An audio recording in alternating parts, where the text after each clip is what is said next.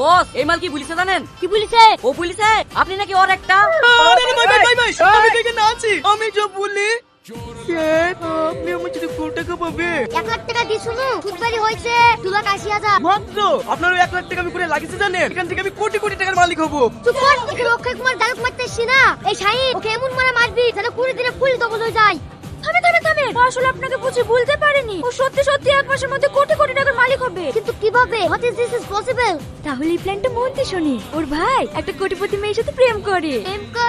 আপনার এই 1 লাখ টাকা ওর ভাইকে দিছে একটা বড় লোকের মেয়েকে পটানোর লাগি। বুঝতেছে?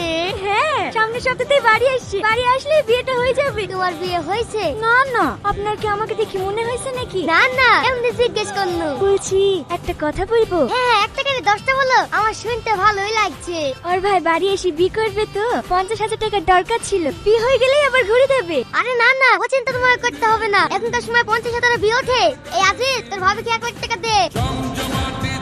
কামরার মুখ তো তাই সিলেক্ট করে বেরিয়ে গেছে। না ঠিক আছে, আপনার মতো হ্যান্ডসাম লোকের মুখে শুনতে ভালোই লাগে। এলেন আপনার টাকা।